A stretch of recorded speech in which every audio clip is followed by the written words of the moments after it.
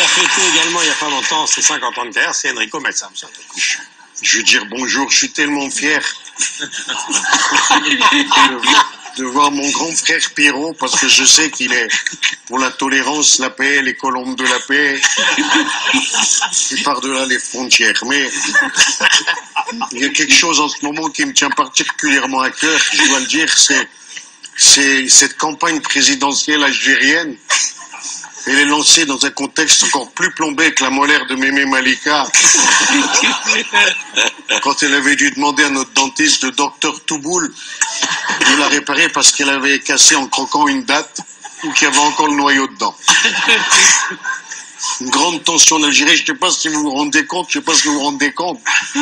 Abdelaziz Bouteflika, le président sortant, il se représente encore à 77 ans pour la 4e fois, malgré qu'il a des gros soucis de santé, qu'il n'arrive plus à articuler 3 mots, qu'il est en fauteuil roulant et qu'en plus le pauvre homme, vraiment le pauvre homme, il faut lui faire manger son couscous à la cuillère complètement mouliné avec les courgettes et les merguez et les boulets. Mais c'est vrai, vraiment. Tu n'as pas de cœur, toi. Ils sont gentils, les Arméniens, d'habitude, tu n'as pas de cœur. Oh, je continue quand même parce que ça me brise.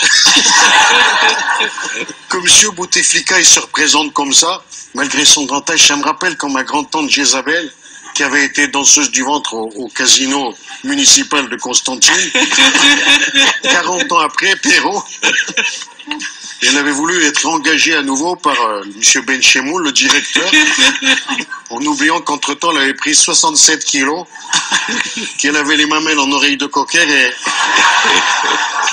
et le diamant qu'elle avait autrefois dans le nombril, ça faisait longtemps qu'il avait disparu dans les bourrelets. Hein.